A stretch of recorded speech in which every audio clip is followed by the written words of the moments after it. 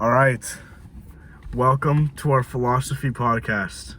We are here to talk about 10 questions and problems that are very intertwined with each other. The topic and work at hand is teachers. First, the first question is if there are certain worrisome pressures, reasons influencing these people to join this field of work, describe and discuss. All right, so I said a lot of the problem is workload. A lot of people a lot of teachers just have a ton of work to do, and it could be depending on the financing of the school and stuff, you know what I mean? Yeah, I agree. And then they get they have to focus a lot on standardized testing, so everything they do is worth in what standardized testing is, even though we're technically not prepared for it in the best way.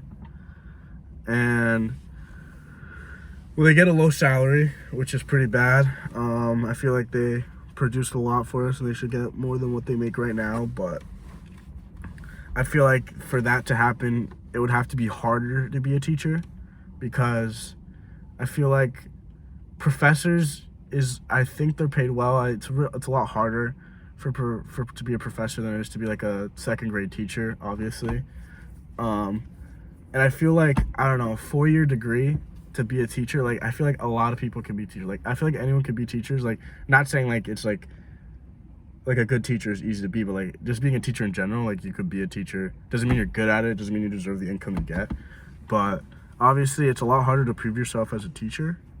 What do you think about that? I feel like Well, my sister's actually going to college to be a teacher, so yeah. You are right about how it's easier. She said it was a much easier process than anybody else would really expect it to be, especially since they have such a big role on the future generations and the future of this country. Yeah, I feel like it's kind of weird because my friends were all oh, let's do they're gonna do certain things, and they all were okay, we can't do this. Yeah. A lot of people are to be a stereotype is oh, women are gonna go teach second and third grade or kids Yeah. and stuff like that. And my friend, she's a girl, and she was gonna do certain real estate, and she's oh, I don't want to do this anymore. And then she just said, whatever, I'll do second grade education. It's not that she wanted to do it. She said she thought it would be easy, and she said it was easy. Yeah. And it really depends what grade you go into, because college professors, I definitely think a college professor or a high school teacher would have much more of a workload than an elementary school teacher. Because you think about when we were in elementary school, we were getting a page of homework per day, maybe at most, and we wouldn't have homework on the weekends. And these college professors and high school professors, they actually have to teach more of what would you call it, the advanced stuff. Yeah, the advanced and curriculum. And you have to prove yourself a lot more. Yeah. I feel like elementary or lower age, it's more nurturing them, because you have to develop a certain relationship at that age to be a teacher, because you have to want them to try. At this age, it's you're getting paid for whatever. A lot of even college professors have tension. Yeah. So it's it doesn't even matter, and we're paying for it. So it's not why would you care if we're doing it? Obviously, we go to a smaller school, but if it was a bigger school, a ton of people the professors they'll have don't care. Huge 40, Yeah. 50 person classes. They'll be all right, you don't have to do the notes. You can do the notes if you want to. It's honestly your choice. And if you want to fail out, that's just a waste of your own money. So. And I read somewhere it was certain schools and certain professions, to get a certain pay to be a professor, you have to go through 7 or 8 years of school. Yeah. Which is proving yourself in a way where it's the higher degree you get, the more you get. It's not you can't really fake it till you make it. It's an MBA. Yeah. It's getting a master's. It's getting that doctorate.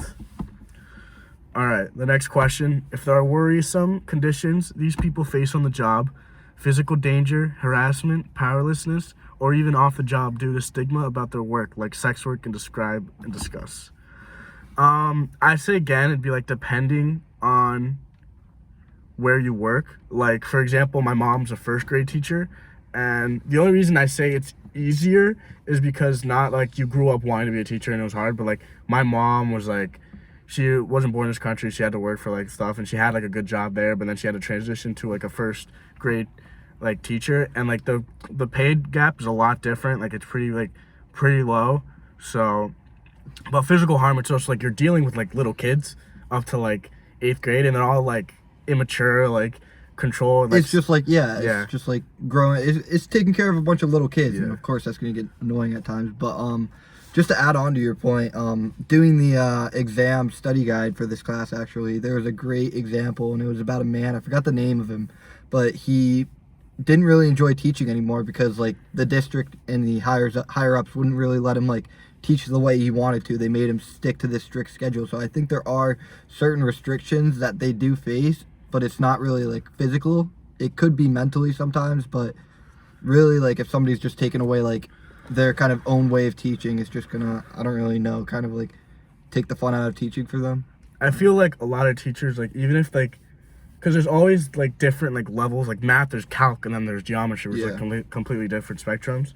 And I feel like a certain stigma is like certain teachers, like everyone's like, oh, the gym teacher's cool, or like the health teacher's always cool, or this and that, or like they get a bad reputation just based off like their course. So like if they teach a crazy hard course and like people are failing because they're not trying, or like they think it's like a lot easier, they get a bad rep, like, oh, he's a bad teacher, this and that. But it's just like a 10 times harder course. You have to do 10 times the amount of workload, like the quantitative and all the writing courses.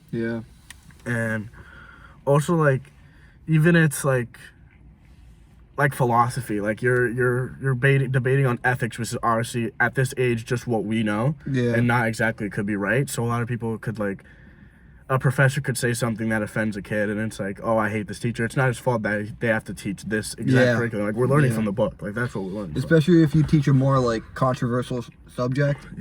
Like, for example, we're in the same English class. Like, our English class, we went with a lot of controversial subjects, and some people kind of took it to offense because it's hard to talk about, but it does have to be mentioned and said.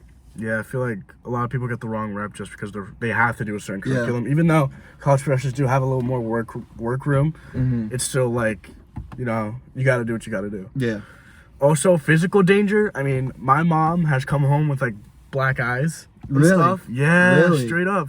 She was like she was holding this kid in a wheelchair because she was a first grader, and he was disabled. He couldn't move, so she had a wheelchair, and like the kid was like trying to mess with her or something, and she like the kid she just let go, and the wheelchair just went flying, and she kept going, but she fell and just fell on her face, and she got the worst black eye ever. She got a cut. So like for physical harm, I guess we could say that it's not really something that should really be occurring for teachers, but it is something that can happen, like something like a coincidence like what happened, or like an incident like what happened to your mom, that could happen and stuff like that. And obviously these are just like, it's not like you're gonna go and you have to worry for your life. Like, it's just like an out of the blue thing that happened. Like it happened twice. My mom tore her shoulder too, but that's just like the age gap as well. Like you're not going into a professor, like you're not walking into a college like room and being like, oh, these kids are gonna like break my arm or something. And even at that age, they're like 12 or like 8. Like they're not gonna.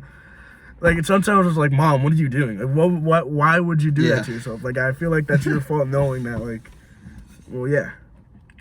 And I feel like at this, maybe not this, because this school, maybe not even college, because it's like a certain degree where it's like a lot more money involved, but like in high school, I feel like the administration didn't value the teachers as much. Oh, 100%. So it's like, I felt like certain teachers like understood that it's like we're getting underpaid, we're getting like these every day, like we're coming here like 5 times a week, and they have to do more in the weekend, like for our students. Like, yeah, we get a few months off in the summer, but like even us as students know like that's not even enough. Like we're so excited for like college where we get more time off. But yeah, I feel like it's a little harder because, you know, you want to do a certain job, but there's always going to be someone above you. And if you're in that kind of, unless you're on your own boss, like there's always a term of value where like you get valued over more other people, or whether it's your gender, or whether it's because you're prettier, or it's because you come from a different family that maybe you know, or they get different advantages.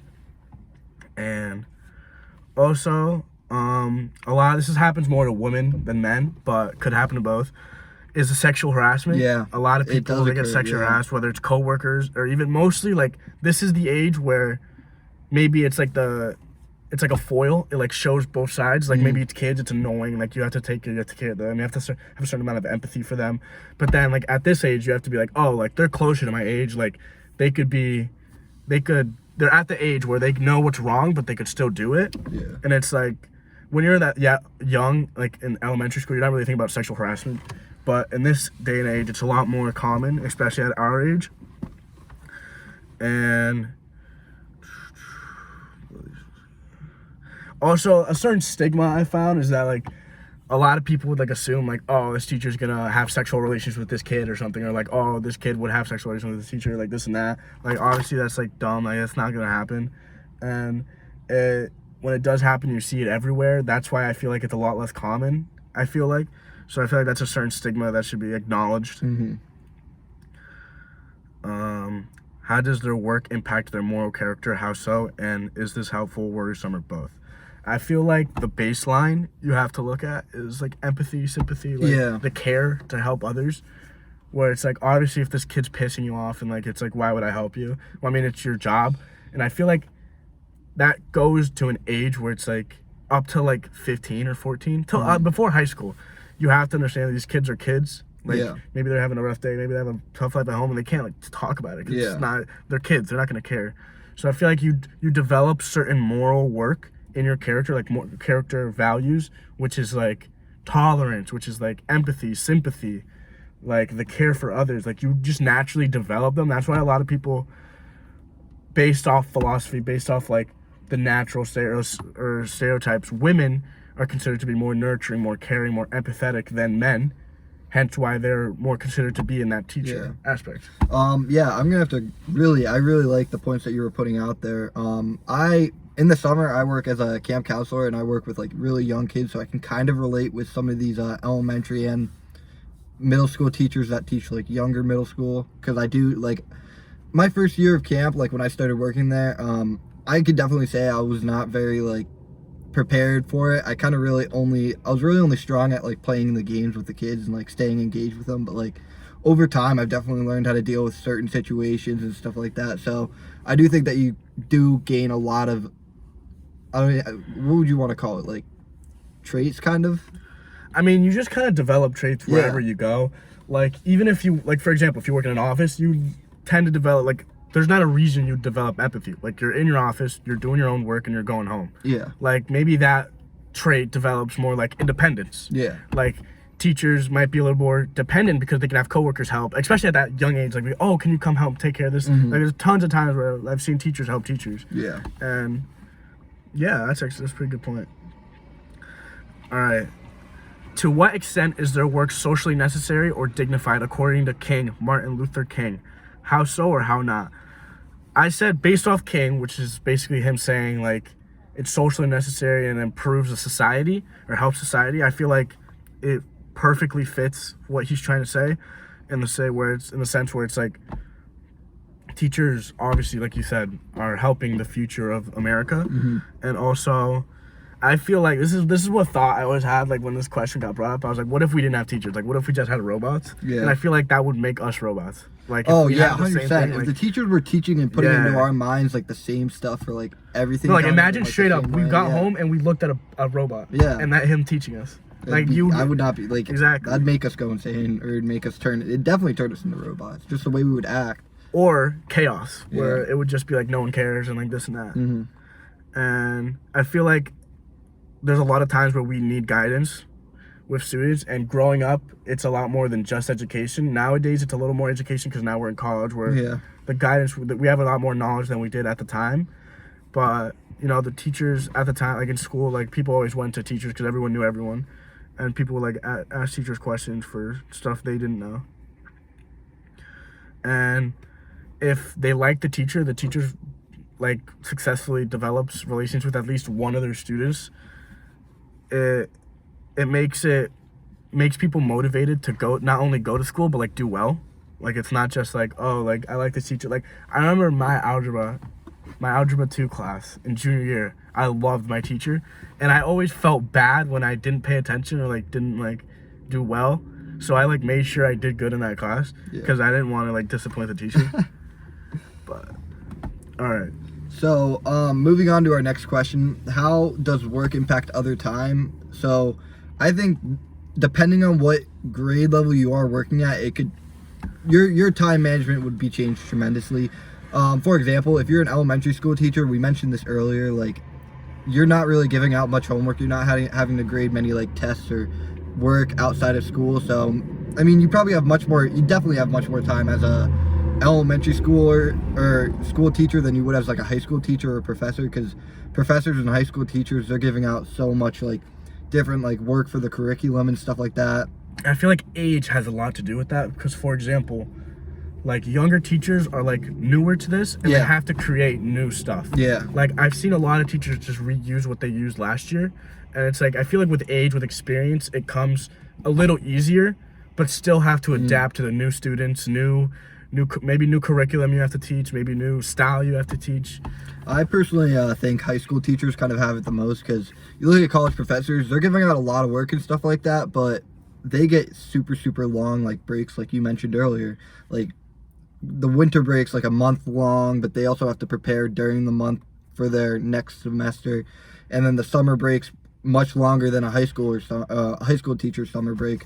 So high school teachers are not giving out as much work as college professors, but college professors get much more time off compared to a high school teacher, and they have much more freedom.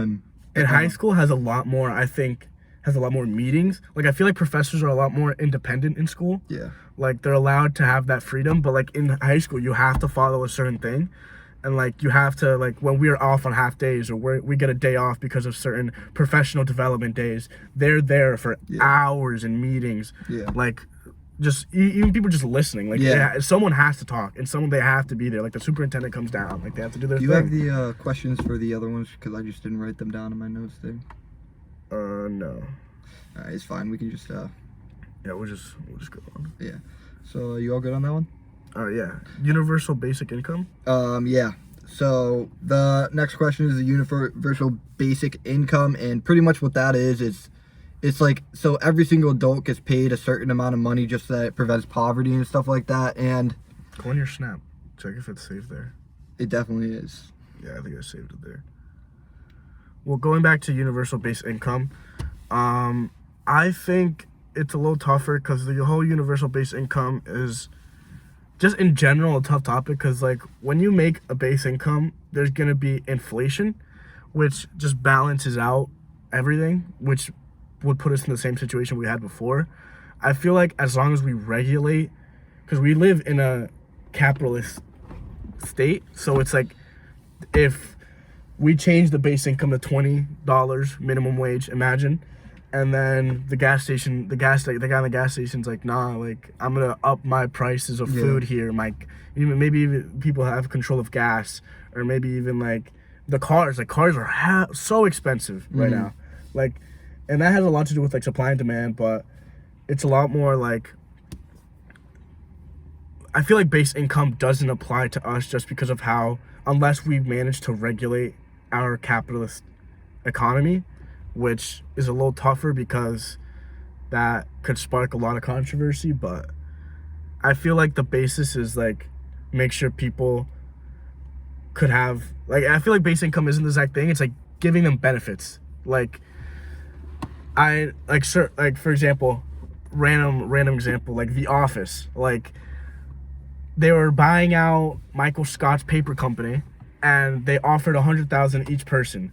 They make that, they don't even make that a year, but then they realized a base income, their income is more important than that $100,000, because they get benefits, they get flexibility, they get more time in office, they get more time out of office. They even, especially if they've been there for a while, like they understand the upside of getting benefits. For example, like maybe we could get free healthcare instead of just a universal base income, because a lot of European countries do it, so why can't we? And that goes back to privatizing businesses and healthcare. Yeah, just to shift over in the question a bit and talk about, do you think these teachers would still do the work? And I think if the teacher loves their job, then they're definitely still going to put their full like effort into it. Like for example, elementary school teachers, they typically love working with kids and love their job, so they're probably going to be more into it than like a high school teacher. If they're making like a base income, and then they, on top of that, they have all the money that they're making as a high school teacher, which isn't really a lot. If they have breathing room with the universal basis income, then they're not really going to care about the work. But if they need to make the money, then they'll care about the work. I feel like that all comes down to at what point can't you pay with what you're getting. I feel like obviously some people are dumb and probably get like 10,000 a month rent and don't even have an income, but I feel like if you're smart enough, because obviously people go on strikes, people like Mm-hmm. they're what are it's not like they can just stop because then they get sued and then there's unions and like they're not even allowed to make unions anymore. Yeah. Like I feel like asking if teachers would still be doing the work. I feel like maybe just doing the bare minimum and not even like wanting relation to their students. But I feel Yeah. like that at that point doesn't it just become an office job where people argue maybe the fact that they didn't want an office job, that's why they became a teacher. They want to develop relationships. But if you're not getting that pay, it's still like, okay, I'm really making this relationship with my students. Like, this is all cool, but I'm not getting the income to pay off the car that brings me to school or the place that makes me, when I go to sleep at night, like, I can't afford that. Okay. So do these people primarily do labor, work, or action according to Aaron? Is that how you say his name? Yeah. Arend. Yeah, Aaron. I definitely think that they do labor and work. I mean, action and labor. I'm pretty sure that's what I said. Yeah. Or action and work. Yeah, but you could definitely say that they do all of it. Like, for example, labor is kind of like, it's when they, what's it called? For some reason, I'm having a huge brain fart. So if you Well, want to take over, I'd say like younger. Like if you teach elementary, it's a lot more labor than it is like yeah, meaningful work because you have to you're work kind of with the just kids. transitioning the kid to something a lot more meaningful, which I personally feel the turning point is high school, which is where that's a lot more work done than labor, if we're getting the definitions right. Because a lot of labor, it's like, oh, this kid threw up, we have to go call a janitor, or like, oh, you want to eat snacks? Well, I'll get you your snacks later. Or like, you got to get the kids lunch or something. You have to bring the kids to lunch. It's almost like a daycare escalated with education. But in high school, like they're doing work, they're doing their own jobs to make sure you understand what you're, because it's a lot higher than just like, oh, is he, like they don't have to worry, oh, is he okay, or like, oh, is he hungry? Like if you're hungry, suck it up and wait till lunch. Like that's how it is. Yeah. I definitely think that it could also be like classified as action too, because like if you think about it, these teachers are helping these kids and working with them one-on-one when they need help on like a test or an exam. And like when these kids are coming to help for the teachers, like those teachers are the teachers that are supposed to supply them the answers and help them get the curriculum. So when they're really working like one-on-one with these students, which they're doing a lot, especially in like high school or middle school, if somebody's falling behind, they're gonna try to get them back up. And that's why I think it would personally be it could classify as action too. So moving on to the next question, to what extent is the work these people do meaningful work or meaningless work, using Veltman's concepts? How so or how not? I would say it's meaningful, especially like because you know how he said they're working with our future Yeah. of America. Like I feel like it's more like talking about meaningful work. It's more about cause and effect. Like they go there and affect students every single day, and they go there to show students to make students learn. Like it's not like they're just plugged. Like obviously there's some people that like don't put in the amount of like effort that they should as a teacher, but I feel like there's a lot more less. I've come up with across like maybe 2 or 3 in like my high school, and the good outweighs the bad. Yeah. So I feel like it's definitely meaningful because it's more than just work. Like if, like for example, meaningless work would be paid. You're getting paid 200,000 just to put numbers in a box or something. Or like, yeah. But they're getting paid like bad money to do work. So I feel like that makes it more meaningful because they like it. Yeah, And this isn't just like any type of work either. Like if you say like a teacher comes to school, like every single teacher in the world just started coming to school and like not caring at all and not really teaching anybody the curriculum, then us as a generation and us as like America, we're not going to be able to further ourselves in society. We're not going to be able to pick up the weight when like the adults now are elders and they can't work anymore. We're not going to know how to work. We're not going to know how to do any of this stuff. I feel like that argument is so undebatable because it's like it's proven and shown like when we went through COVID, like you can't do it with no relationship or with no communication or into person. It's so much harder, hence why so many colleges just said, oh, you don't have to take the SAT. And like they understand the difference, and they understand as a generation we had it hard for like person to person understanding that it's like more meaningful than just doing online with no teacher. You all good? Yeah. All right. That was the philosophy podcast. That ends the philosophy podcast. Yeah, it was Great. very fun. We want to thank you guys for Yeah. watching, and see ya. You guys. All right.